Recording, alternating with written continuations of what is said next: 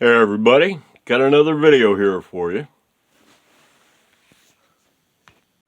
So I was going to put on the strings in order to figure out the pickup position for drilling the hole, but I just realized I don't have to because of the way I design these guitars. I figured out a long time ago this whole figuring out where the bridge and the neck and everything's supposed to go and get anything all lined up and everything like that. Since I'm doing bolt-ons, I don't have to deal with any of that. Since I'm doing bolt-ons where I don't have to have where I don't have a neck pocket that determines what direction my headstock is pointing in relation to my center line. I've got wiggle room here. I specifically designed wiggle room into these guitars so that what I do is everything, the tailpiece, the bridge, the pickup, and the neck screws, and the neck screw holes in the body are all centered on the center line. And you don't have to worry about any of that. All you do is you just put the neck on, and then you just take the neck and you wiggle it back and forth until this is on the center line. And automatically you're going to get correct string spacing here at the ear edges, and you're going to get your strings right over your pull pieces on your pickup, and your bridge is going to be centered on the body and everything, just like that. So I don't have to put any of that stuff on yet. I can just figure out where my center line is, and this mark is right in the center at the saddle line. So that's going to be pretty easy. And then if that's my saddle line and here's my bridge, then, basically I just lay my pickup down and go, okay, the hole's going to be right there. And I'm done. Well, I might not have to put the strings on in order to mark out this hole, but I do want to have the pickup so that I can know exactly where the wire comes out on the side of the pickup, and I'm going to put the hole halfway between that, and I'm going to take the bridge ground wire is going to go down in here, and then these two little Allens here will clamp in order to make the contact, and then there'll be one hole probably in line with these two, since I'm going to route a channel and catch all three, and it'll be halfway between here and wherever the wire comes out of the pickup. But I ordered the new wax potted Safu brand quad rails yesterday or the day before, something like that. And I guess it was yesterday because they're not due in until tomorrow. And so I got to wait until tomorrow for the pickup to show up so that I'll know where the wire comes out, at the top, at the bottom, in the middle, or what. And then I can figure out where the hole goes. Until then, the swing bar just got, it's the last coat of lacquer. It got 4 or 5 coats and then got sanded back, and it just got another coat.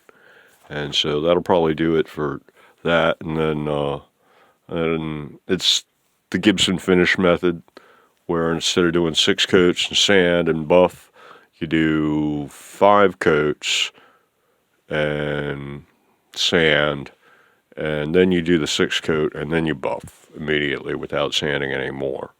And I tend to favor that method. It gets as good results with a little less work or something, I don't know. But yeah, I always get good results doing it that way. So that's the method I'm using now, and the final coat just went on, which means buffing is next, so the leg bar is close to done, but I'm waiting for lacquer to dry. And on this thing, I'm waiting for parts, so yeah, between waiting for parts and waiting for paint to dry, looks like this guitar is on hold for hours or until tomorrow or something like that. So the swing bar is out of the paint shop. Got 4 coats of lacquer, and then I had a couple runs, so I hit it with some 320, and then I gave it a 5th coat of lacquer, and then I had a little bit of orange peel, so I hit it up with like 1200 grit, that kind of thing, and 1200, 1000, 1500. I kept running out of various grits and having to go finer, as I recall. And then I went to polish. And these are the results. And I'm pretty pleased. I mean, it's not flawless, perfect Gibson, but it's not bad. And same idea with the swing bar. Pretty nice results. It'll match nicely with the rest of the guitar. So, and these things here, Crimson Guitars, he's always got those little orange, I think they're called work support blocks or something, or bench biscuits, something like that. I decided to make a couple of my own from, yeah, here, hold on a sec. This stuff that they like, you know, pack guitars and amps and what have you in, this foam. You know, I see something like this and I go, man, that looks way too useful to throw away. So I usually got a few pieces of this kind of stuff sitting around waiting for something that could use it. And yeah, so all I did was I took like one of those things and cut it up, get some foam off of it, and took a 2x4 and just cut it in order to make the bases. And then I took some of the leftover sheet from lining the guitar cases and used it to wrap the foam and just held it on with duct tape, white 3M duct tape. And then I just hot glue, I used plum Keetawood dye on this. I had a lot of it left over. And then the finish is actually Krylon acrylic spray, because I had some of that left over. And then I just hot glued the little pad onto the base, and voila, I got 2 big ones that are good for like supporting the body of a guitar, and then 2 smaller ones here that works good for necks or something like that. So yeah, all 100% made out of cut-offs and leftover parts and stuff. You should see how rough this 2x4 was, but it turned out to have some nice figuring and stuff in it. It was an old weathered piece, all like, yeah, had like browns and blacks and greens in it before it was sanded. I ran it across the belt sander in order to clean it up. But anyway, yeah, so this is out of the paint shop, time to put it together. I'm going to shut up. I need to talk less and film more action. And in general, I think I'm going to film less stuff because it's seriously cutting into my build time. The problem with talking less is I could have just come and said, well, okay, so here's the deal. These are out of the paint shop. I went into the paint shop, a miracle occurred, and here they are. Yeah, that's going to be really useful for you, right? And also, you know, you'd see this and be, wow, that looks cool. What's that? And be like, well, you figure out what it is, but you don't know how I made it or how simple it was. Yeah, so that's the trade-off between action and talking. And I don't know about you guys, but if I want the AMSR kind of thing or whatever they call it, I watch like Foundry videos. They're really cool. But yeah, if you just want, you know, you want to see me drilling holes all day at high speed, then yeah, that's not really useful for anybody. It's a waste of my time to film it. It's a waste of your time to watch it. You don't learn anything. Okay, the screws for the swing bar are out of the paint shop. And there we go. Yep. Dollar General gloss black paint, and they're looking rather like real hardware.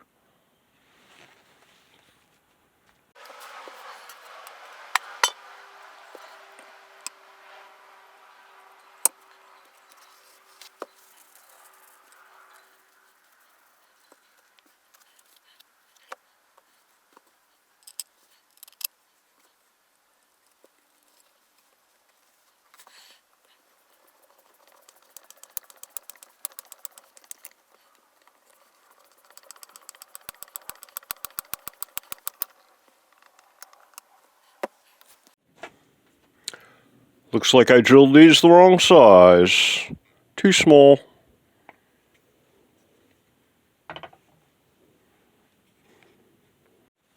Fortunately, I'm prepared.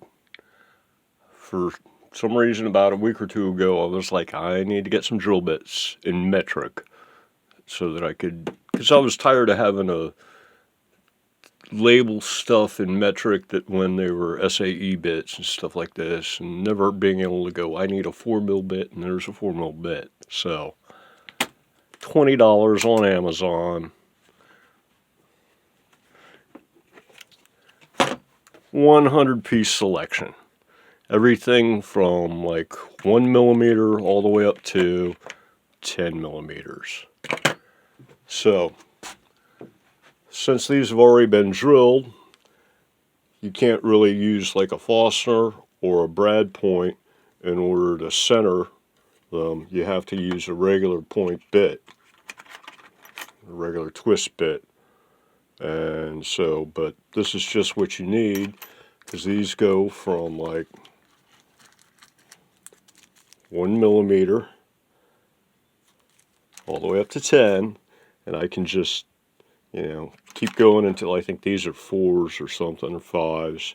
Yeah, it's probably this one is the one I need, but so I'll just run through them and then run these out one size larger until these guys drop through. I'm going to do it by hand, I think. Yeah, no reason not to, I don't think. Well, I don't know. I'll see. No, I'm going to do it on the press. Yeah, I'm going to do it on the press in order to make sure that I'm straight, and I'm going to drill from both sides in order to help avoid any possibility of tear out, despite the fact that, well, if I go all the way through, it still, theoretically, it might tear out, so yeah. I'm drilling through from both sides using the press. Got another low-dollar mini shop trick to share here with you. It's my new buffing station setup I came up with. And this is it. Nothing fancy. The Flex 24-volt cordless, even though it comes with like 2 batteries, it's still not enough to run the thing continuously at high speed for like buffing. So I dug through the old junk drills and managed to get this thing running. This is like a $40 special, corded. And yeah, chuck up a one of these little sponge thingies that you can put in a drill, and slap some polishing compound on it, and bzzz, and I did the swing bar for guitar 11, and I did all of the twin piezo, the neck, the body, and the swing bar this way. It worked great. And this is all real cheap. Like I said, this drill is like $40 or less. You can probably find one somewhere between $25 and $40 online. And, wait for a sale at Harbor Freight kind of thing.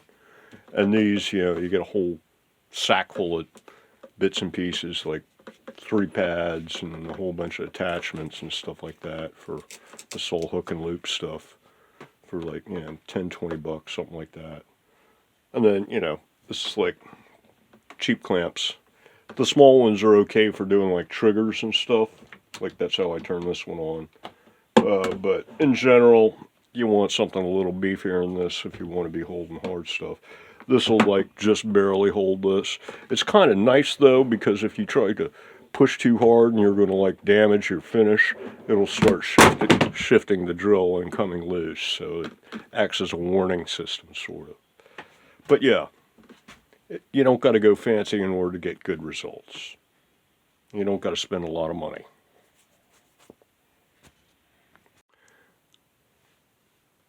In other tool news, speaking of right-sized tools for the job and the shop and things like that, you're probably familiar with my small table saw that I hooked up on a table here. And I just found out that, and you probably also know my mini table saw that I use for cutting pickguard material. And I just found out that they now make something that size in one of these. And one should be arriving today, in which case I might do a little unboxing. And this rounds out some of the other right-sized tools. There's the belt sander, and there's the bench grinder that has a buffing wheel on one side and a grinding wheel on the other. I don't actually use that buffing wheel though. And then there's the backup electric palm sander, which you can bolt to the bench and use as a face sander. And all these tools were ultra cheap. I think the grinder was the most expensive at like $40 back in the day, kind of a thing. The grinders, the price seems to never change.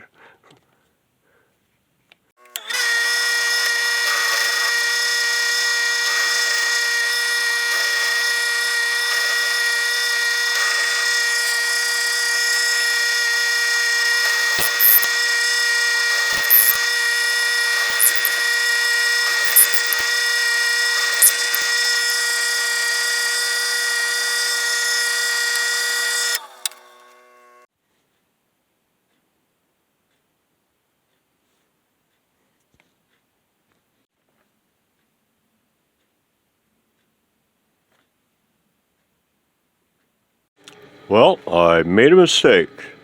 The distance from here to here is supposed to be 100 millimeters. The distance from here to the bottom of the bar is supposed to be 120. And I made the distance from here to here 140 millimeters. And made the distance from here to the bottom of the bar. That makes the distance from here to the bottom of the bar 160.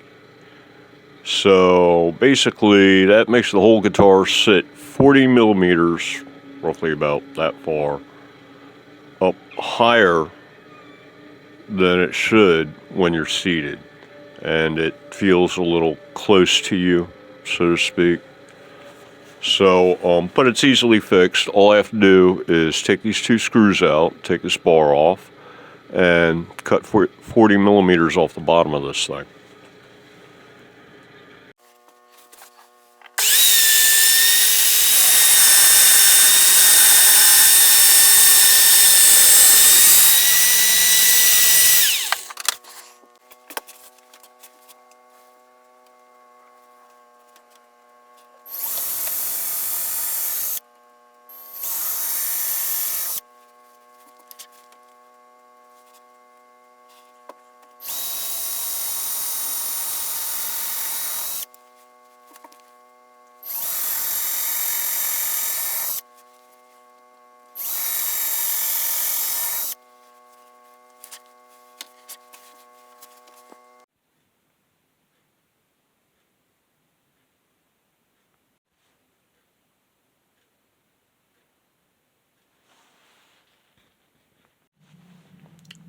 Safu wax potted quad rail.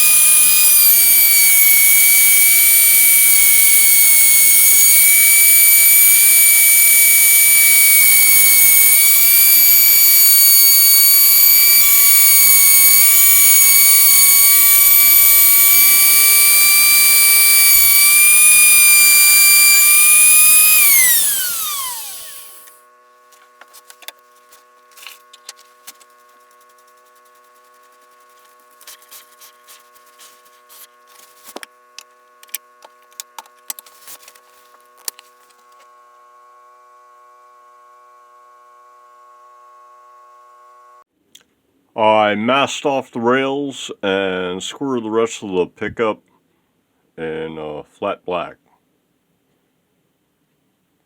I didn't think you needed to see do that, so I didn't film it.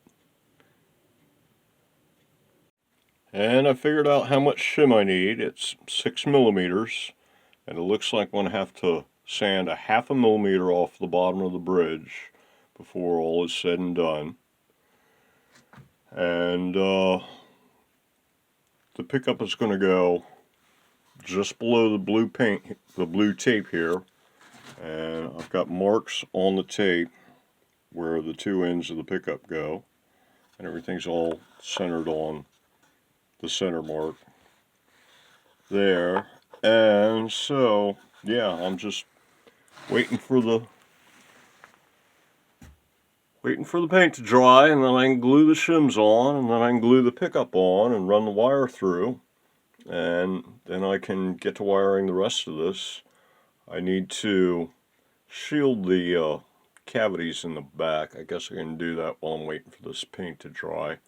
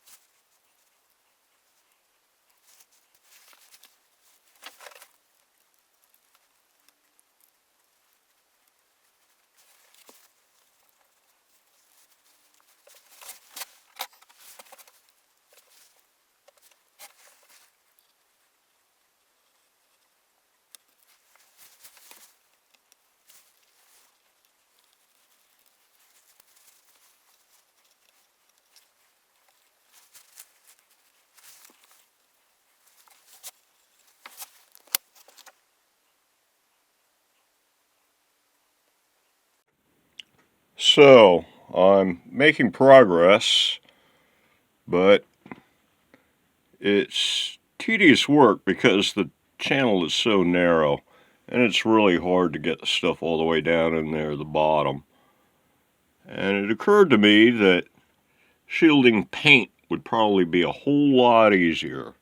So I think I'm going to just stop right here and get some shielding paint in here, and then just go ahead and paint the rest of it, and then use like the tape for the back of the covers that are going to cover this stuff.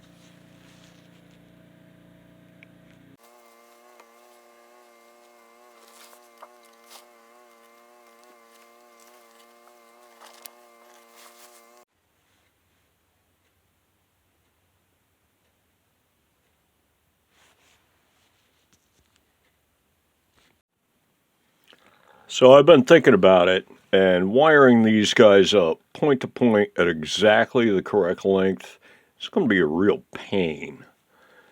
I can get close, but with a little bit of slack is not that hard to do. So what I'm thinking is I'm going to widen this channel, and I'm going to widen this channel down to where the wires come through from the front. I'm going to make these about twice as wide, or maybe even as wide as this hole and this hole, kind of a thing. Just connect the edges and maybe make this twice as wide.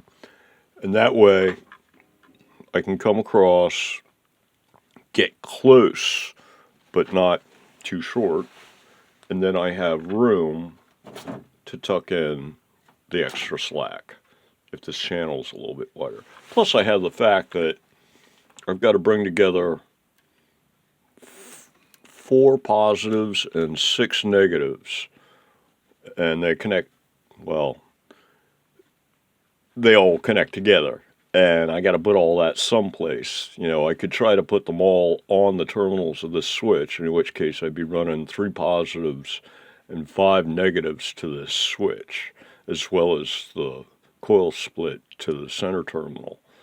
But, you know, all that, even that would require probably some more room for the excess wires. So, yeah. Long story short, I think I'm going to need some bigger routing in the back here. And the paint has not shown up yet, the shielding paint. So once I route, I'll go ahead and do that up with tape, I guess. And as far as like actually connecting the shielding to the ground, because that's going to be one of the 6 wires, is the wire that goes to the shielding. I was going to do a screw, but something this small and tight, there's not really going to be room for a screw. But it occurred to me that what I can do is the adhesive and the tape are both conductive, which means I can just tape a wire to the shielding and ground the shielding that way. On the X15, I actually soldered a wire to the shielding, but that was a real pain because the shielding was a giant heat sink and it took forever. So yeah, this time I'm going to try taping it. I'm also wondering if they make a conductive CA glue or something like that.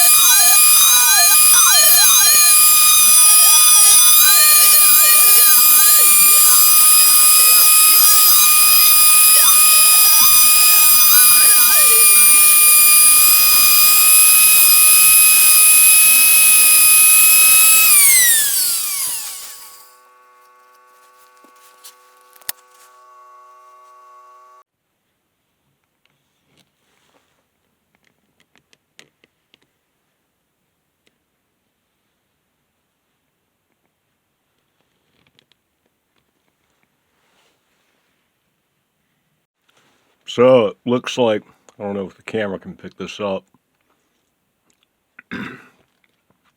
This is the zinc insert. This is the original black one that I scuffed up first. And this one's got a little paint flaking off, and I'm going to have to fix that.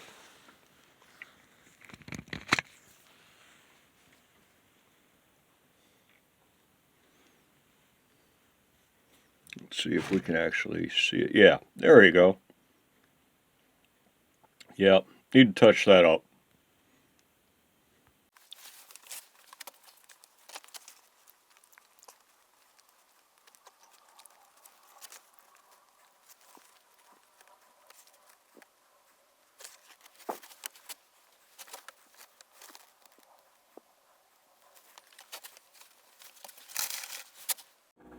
Okay, I think that's going to do it for this video. So until the next one, everybody, have a good one.